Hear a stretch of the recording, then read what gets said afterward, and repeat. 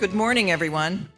Thank you for the honor of inviting our panelists to speak in the first panel of our conference. I'm very pleased to be here and as a grateful beneficiary bystander of the wonderful Purdavud Center and everything it's brought to our campus and our community. So this morning's panel is on a subject close to my own heart and research, Achaemenid Persia and the West. And also, as the first moderator for this event, let me remind all speakers to keep to their allotted time of 25 minutes, and I'll start making dire threats if you're running over time, to allow us to have time for discussion after the first two papers. Our first speaker, Dr. Lindsay Allen, took her BA degree in classics from Oxford, where, as I learned last night, she was first inspired by Maria Brosius to study ancient Iran. She earned her PhD at University College London, and since 2005, she has taught at King's College London, where she is now senior lecturer in Greek and Near Eastern history. Her research explores Achaemenid kingship in image and text, on whose dissemination she will speak today. But recently, she has also explored the rich history of the rediscovery and reception of ancient Persian remains in Iran and Europe, and I urge you to get to know her publications on this as well. Her lecture today, for which you have an abstract in your program, is entitled The Boundaries of Kingship, Objects and Relationships at the Margins. Thank you, and help me welcome Dr. Allen.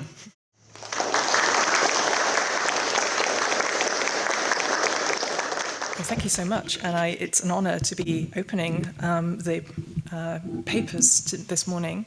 I'm really extremely grateful to the Purdavud Center for this invitation to speak, and also to UCLA and the Getty for their incredibly gracious hospitality. I feel really lucky that my first opportunity to visit the Getty Villa at all was to see such a glittering exhibition. And the context of this symposium then is the gathering and exhibition of a constellation of precious mobile objects, many of them fragments, together constituting ultimately still a fragmentary picture. Every exhibition is an invitation to an effort of the imagination in order to envisage the structure and elite networks of an empire. Today, I want to draw a parallel between the patchworking and weaving of objects to generate our image of the ancient political system and the efforts of social and political imagination that went into the generation of power itself in antiquity. So two efforts of imagination many hundreds of years apart. This will inevitably be a partial and limited picture using the figure of the king.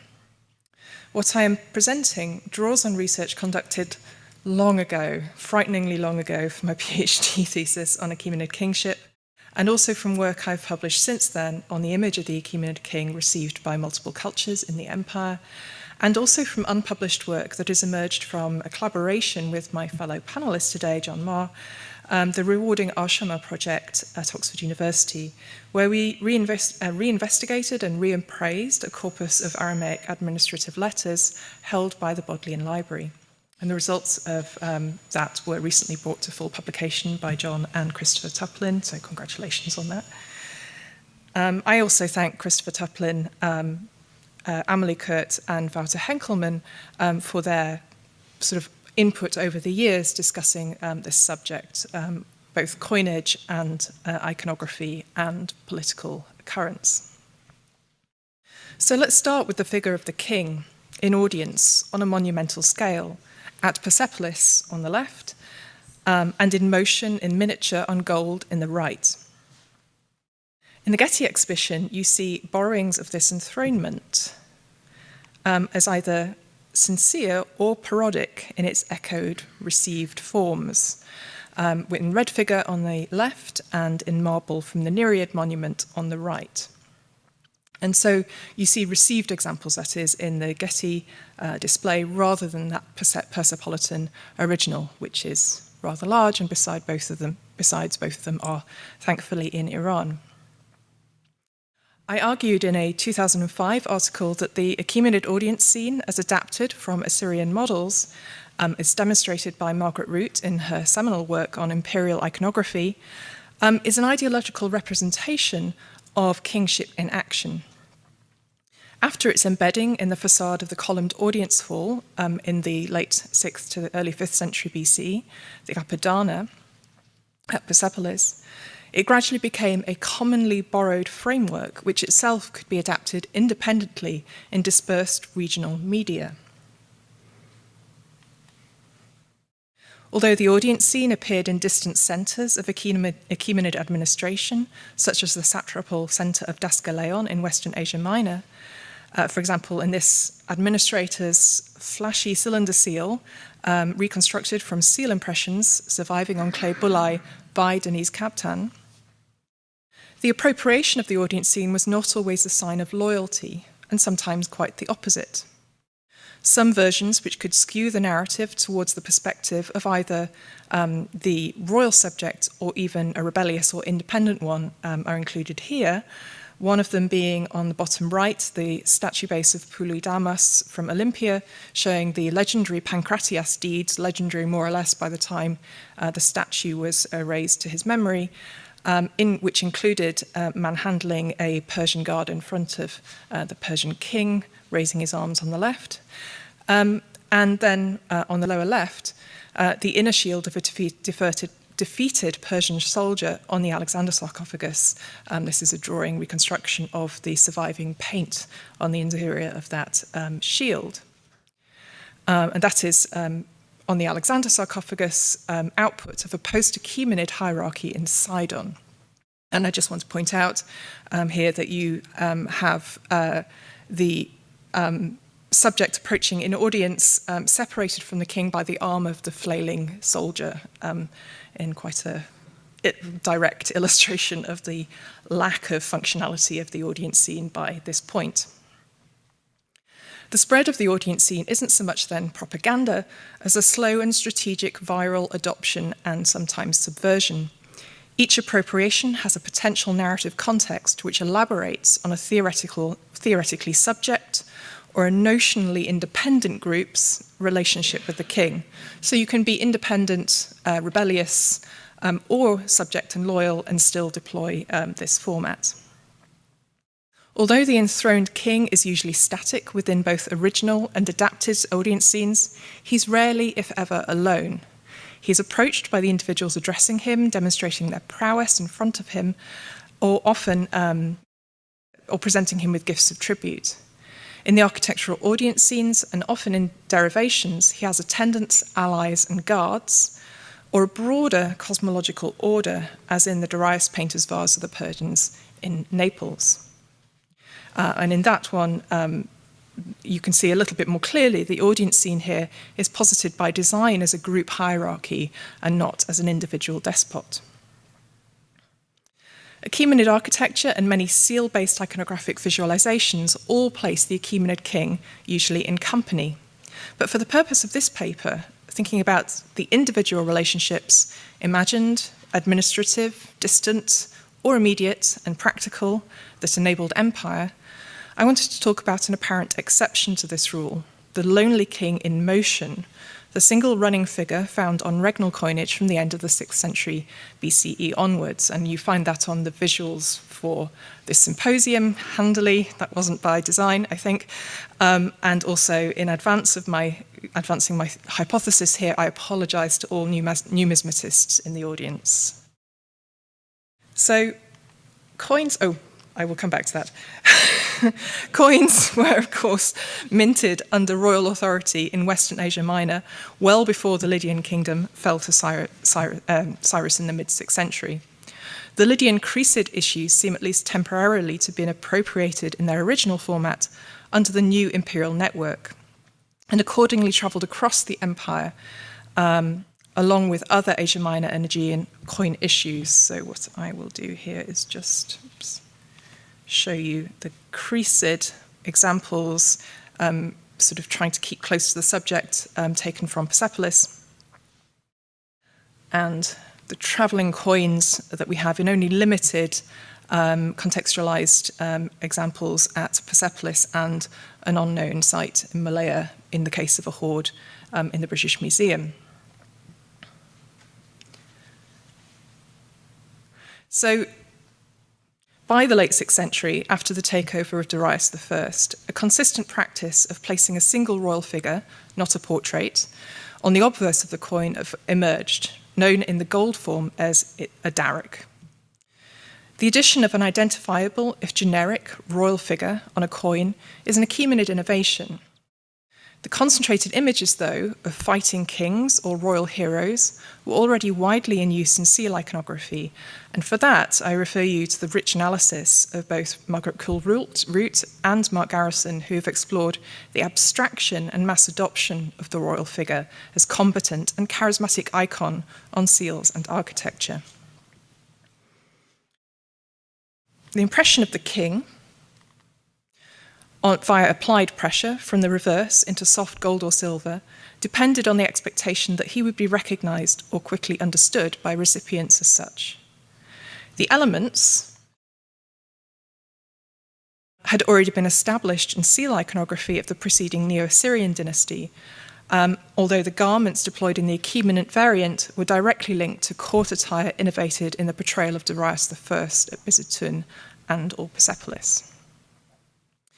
Compared to the ornamented stone relief robes of palatial architecture, the coin image is a condensed icon, using only 5 key visual cues for cognition: pointy crown, outsized face, beard, draped cloak with deep folds, active pose with often modelled arm and leg musculature, and weaponry. Usually no individual king is identified by inscription, and a roughly uniform range of iconography is maintained across the majority of issues. This abstraction seems sometimes to incite abstractions in our interpretations of it. Root comments, there can be no doubt that the arches on Achaemenid coins are meant to represent the king, at least to the extent of symbolising the concept of kingship, and that is an old statement, so I caveat that. She continues, on the other hand, it's clear that the Achaemenid kings had no interest in developing their coin as a vehicle for personalised expression of kingship. So what are we supposed to understand from the embodiment of the king on a coin? Nimchuk argues that the minted silver and gold money had, quote, communicative function, end quote, in disseminating an imperial vision. This presupposes that the coinage was already understood within its first years and decades of operation to be a communication medium for the king's metaphoric presence. So what kind of authority does this royal image on the daric and siglos represent? Nimchuk again comments that the obverse image is quintessentially regal. But this characterization again is only natural once we understand why the king is appearing on the coin, and this had not widely happened before. And I'm just flagging here my indebtedness to Amelia Dowler in the British Museum Coins and Medals for facilitating handling classes with coinage for me and my students, and therefore making this question a sort of ongoing subject of discussion. The royal image on Persian coinage combines some features recognisable within the visual language of the Eastern Mediterranean, the running martial hero, but also with comprehensively legible motifs of kingship and heroism, the crown, the weaponry, drawn bow or spear, and also combined with idiosyncratic features particular to the Persian monarchy. The recognition of the motif does not appear to be dependent on reference to monumental examples, unlike the audience relief, but rather to a matrix of cultural reference points. So the icon of the king on a coin was at once nostalgic and exotic, and perhaps also simultaneously familiar. And that's where actually, to give you an exciting, I will refer you to my favourite analogy for this, which is the eternally quasi-medieval king in New Yorker cartoons, which is only slightly less good than the versions of Napoleon's retreat from Moscow, which always appear in the New Yorker. Anyway, what we have here is a single set of iconography to immediately and instantaneously denote the king in a sort of slightly incongruous but sociable context here. So the single but precious movable micro-king only needs to show a few features to show what role he might have in the drama surrounding him. Embodied in purified bullion, the micro-king could pass through tens, hundreds, or perhaps in the case of Sigloi, thousands of hands. And let's just look a little bit further at the object itself. And I won't read out this quote, but I wanted to reference a sort of, as it were, a call to the object-oriented study of coinage within a larger repertoire of objects as a sort of source of inspiration for this approach. So I suggest that when we think about the origins and intentions of the royal coinage, we should think about its three-dimensionality. Like the preceding 6th century Cresid issues, only the obverse was struck with an image. The reverse received in in the minting action, the production process, incuse punch marks, which were functionally oriented so that they aligned with the back of the obverse images. So the figure of the king is always backed by this vertically oriented sort of interior, which obliterates the smooth surface. When we discuss coin imagery, this incuse mark is normally ignored because it seems to be purely practical rather than symbolic. But I do want to point out that the orientation and the scaling of this mark in the manufacture of the coin places it in an obvious close spatial relationship with the figure of the king on the obverse. As handled, the deep incuse punch mark, which reveals the true substance and purity of the gold and silver, can often be felt to be on the same axis of the convex relief. And I'm just sort of making this action to sort of evoke the idea that if you feel the coin three-dimensionally, you feel this interior and exterior. So to stretch our descriptive terms, therefore, I do want to sort of posit that the coinage, like this style, shows an interior aspect of the coin, and the exterior is the king's figure. So if we think about this coinage as an object with one dominant image, with a flip side that has a structural relationship with the primary image, and think about it as a three-dimensional impressed object with a readable front, we can make a closer comparison with a related technology. It may not come as a shock to you to realize that that is the sealing of clay with iconographic seals. The sealing of goods and letters with refined clay impressed by seals is commonplace across Western Asia in the first millennium BCE. And in the Achaemenid context, it was part of the imperial mechanisms of goods extraction, personal mobility, and political control. The similarity in imagery between coinage and seals is already evident during the developing use of coinage in the 6th century in the Lydian context. And a continuing association in these designs has been explored, for example, again by Root and Captan. So I want to pursue this a little bit further into the objecthood of the coinage. Like early coinage with the incuse punch mark reverses, bullae received an abbreviated seal imprint with a pre-prepared soft nugget. Elite sealings, such as those of Achaemenid, used laboriously refined clay to be of sufficient quality to receive the finely molded imprint. The image impression defined the exterior surface of the clay, and the reverse interior contained the threaded string, the completeness of which guaranteed the integrity of the sealed document or objects. The reverse side of the bulla, when made visible, reflects the texture of the thing sealed, the rough grain of papyrus, the smoother grain of parchment, the narrow channel of the string. So behind the bulla was the protected interior of the vessel or letter. So just to try and summarize here, the sealing conveyed origin, the authority of the issuer, and when accompanying a letter may have even conjured the disembodied presence or voice of the issuer.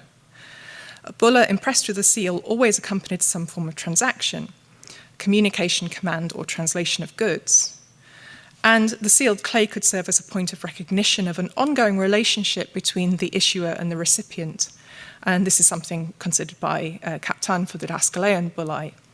And it's something we also confronted when we were examining the Achaemenid letters with their surviving bullae. So this could also be a guarantee of the integrity of the thing sealed. And so by functional extension, this sealing had a protective effect on the kind of relationship that was being evoked or invited by the thing that was sealed. And I want to propose that some of the functional characteristics of the ceiling find their parallels in early coinage. The obverse image asserts a transactional relationship. The standard source of precious metal comes from the control and thus in the gift of the king. If we compare a gold coin to a satrapal ceiling, both the sifted clay of the bulla and the political or economic obligation that it enforces are elided, sort of squished into one potent object, the coin. And I'm just going to skip over so that I don't go over. So I want to propose that we begin to view the Achaemenid development of the regal coinage as a conceptual mechanism that innovatively bundled associations of transaction and obligation, a direct mix of the symbolic and the economic, with the originating authority. And it did so partly because the long-distance circulation of coins as agents, proposing relationships with the king, was functionally a really helpful way to acquire royal subjects, both in the process of conquest, but also in advance of conquest. And here I want to acknowledge the incredibly useful terminology used by Laurie Kajadorian in her book, Imperial Matter, of objects as vectors of relationships with the king and the court, in other words, delegates. And in this quotation, which I'll pass over, but I just wanted to give you an instance of the continuing use of needing to recruit beyond the immediate reaches of an individual satrap's, generals, or king's geographical reach in the case of Cyrus the Younger at the end of the 5th century BCE. And thinking about objects as delegates, you have the effort to embody the carving of, embody vessels in the stone at Persepolis here, and also the effort to evoke the atmosphere, the aesthetics of the court environment in mobile objects that travelled with individuals and could be gifted in the way that coins could be gifted. Circulating items of silverware and gold, which exhibited the same level of purity as the silver sigloi imprinted with the king's image, were therefore also delegates, which alluded, for all who received, possessed, or aspirationally commissioned them, the potential beneficence of the royal table, or the royal relationships, the royal court. Like the audience scene, this could also be subverted. I'm going to skip over a couple of examples of this, unless you would like to discuss them in the questions. So when Darius I proposed in his tomb inscription that his audience consider how they may contribute to the support of the Achaemenid kingship, he issued a personal invitation to many thousands of potential contributors, not all of them necessarily willing. As I think Robert Rollinger will explore later, the conceptual innovations of the early Achaemenids used the concept of frontiers in innovative ways. Although coinage was found across the Persian Empire, the regal coinage of the early Achaemenid kings was perhaps specifically useful as a frontier technology. Its recipients, skilled builders, military mercenaries, regional court experts, in receiving a small sample of the king's substance in refined silver or gold, joined an intermediate zone, this is a quote from Kajadorian again, neither fully within nor outside the empire. But what's important to remember here, I think, is that the vector of that notional, temporary subjecthood is a relationship with the king and the king's body in its virtual instantiation in precious metal. He is, in effect, a cloned ambassador of Persian service. Thank you.